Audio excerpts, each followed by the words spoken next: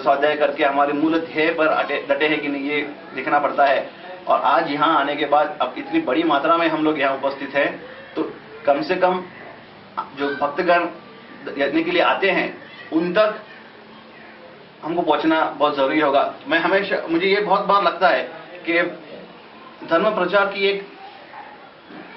एक पद्धति भी और भी है, मतलब उनको यज्ञ का संदेश देना, उनको अग्निहोत्र प्रशिक्षण देना, ये एक उसका भाग है। बाकी पंचसाधन उससे बहुत बड़ा है।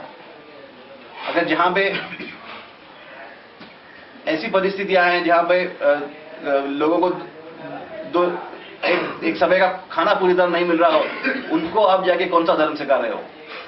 जैसे हमारे गायकवाड़ साहब, नाना गायकवाड़ जी हैं, वो महाराष्ट्र के मेलघाट परिसर में काम कर रहे हैं। वहां पे वो कहते हैं कि वो हफ्ते में एक बार एक गांव में जाकर नेत्र परीक्षण करते हैं, आरोग्य परीक्षण करते हैं, और उस परीक्षण के लिए जो आने वाले लोग होते हैं उनके लिए एक छोटी कटोरी पोहा वो उनकी संस्था तरफ से देते हैं। तो नाना जी ने मुझसे कहा कि कई ऐसे गांव हैं उस प्रांत में, उस प्रदेश में, जहां के नागरिकों के लिए वो हफ्ते का एकमेव अन्न होता है, एक कटोरी पोहा, जो हम फेंक देते हैं, अच्छा नहीं है, नमक कम है, शायद तीखा है, फेंक दो। कई प्रांत हैं, कई प्रदेश, छोटे छोटे गांव हैं, कबीले हैं, समूह हैं, जहां पर इनकी संस्था के द्वारा दिए जाने वाला वो एक कटोरी पोहा उस हफ्ते का एकमेव पूर्ण अन्न है।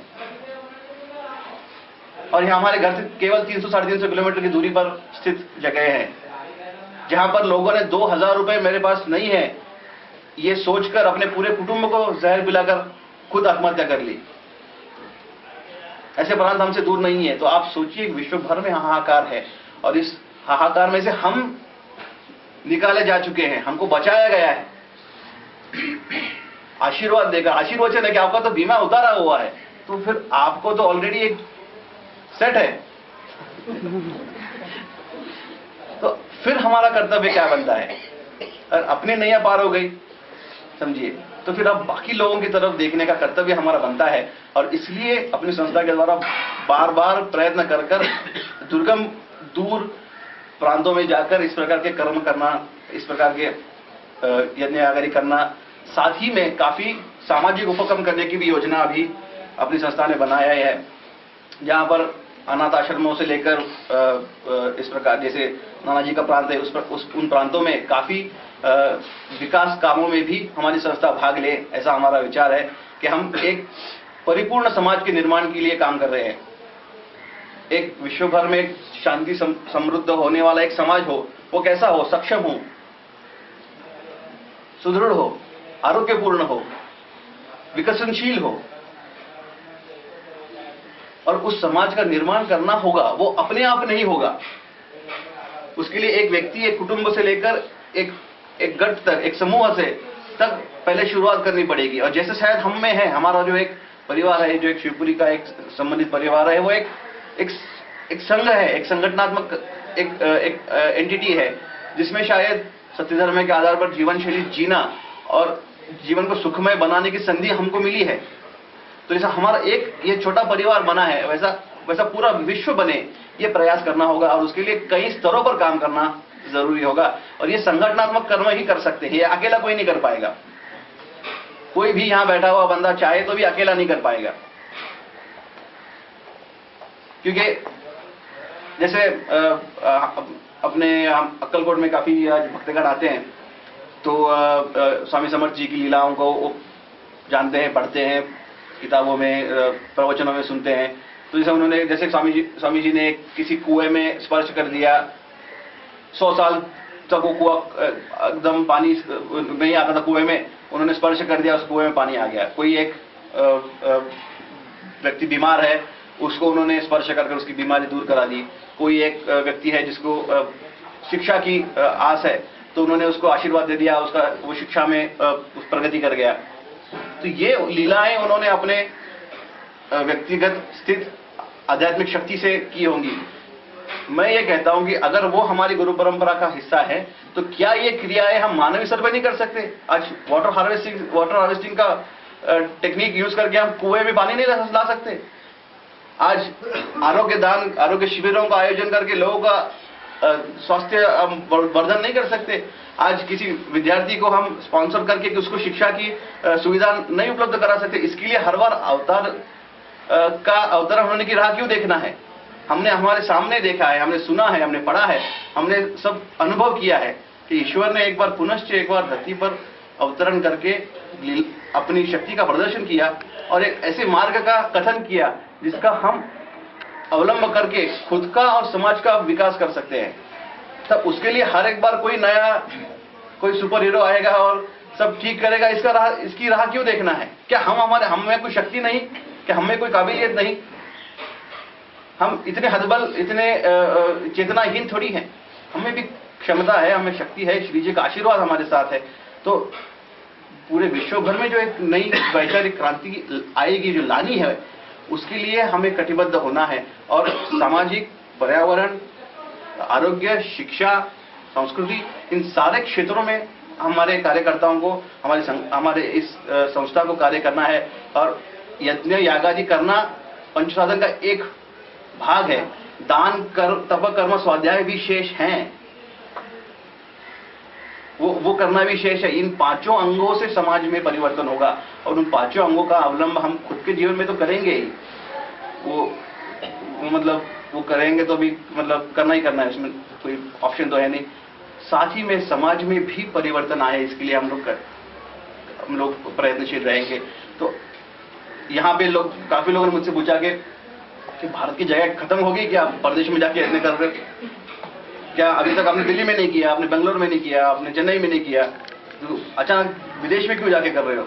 भारत की सीमाओं को क्यों बाहर जाने की हट क्या है? पब्लिसिटी के लिए? ऑब्वियस है, काफी लोग आजकल प्रश्न पूछते हैं, लेकिन वो शायद हमारी सोच नहीं समझते, वो हमारी दृष्टि से नहीं देखते इस विश्व को। हम इस विश्व को सीमाओं से नहीं देखते, न शासन न शास्ता। इस प्रकार का समाज निर्माण करने की हेतु रखने वाली हमारी परंपरा है कि ऐसा दिन आए जहां पे न सीमाएं हो, न कोई रोक हो, संपूर्ण स्वतंत्रता हो, संपूर्ण शांति हो, संपूर्ण विश्व भर को शांति का अनुभव करने की संधि मिले, सबको अपना हक मिले, सबको जो उनके लिए, उन कुटुंबों के लिए योग्य है उस सुविधाएं मिले। इस प्रकार का विश्व निर्माण हो, ये हमारी चाह है, ये हमारा प्रयत्न है। तो इतने विशाल जो हेतु से काम करने वाली संस्था है, तो उनको हर स्तर पर इस प्रकार के काम करने होंगे। जैसे हमने आज नेपाल में आकर ये यज्ञ संपन्न किया। मैंने गोपी जी से कहा था, अगली बार हम नेपाल में आएंगे तो यज्ञ करने नहीं आएंगे, अगली बार हम नेपाल में आएंगे तो ग्राम विकास के लिए आएंगे। हम यहाँ बच्चों को कुछ न कुछ भेंट देने के लिए आएंगे। हम यहाँ के बस्तियों में आरोग्य के लिए कुछ शिविर लगाएंगे। हम ऐसे भी काम करेंगे जिसमें समाज का संपूर्ण उद्धार हो, मानवीय विकास हो, समाज उद्धार हो। इन सारे कर्मों के लिए हम कटिबद्ध हैं। लोग हमेशा पूछते हैं कि यार शिवपुरी में बहुत से ऐसे काम हैं जो हमको समझ में नहीं आते। वहां पे हॉस्पिटल क्यों चला रहे हो? अचानक स्कूल क्यों खोल रहे हो? वहां पे कि ये क्या है? वो तो खाली यज्ञ करो, सुबह शाम नमस्कार करके घर जाओ, आराम करो। ये नया आपने क्या निकाला? ये समाज विकास के क्या काम कहां से निकाला आपने?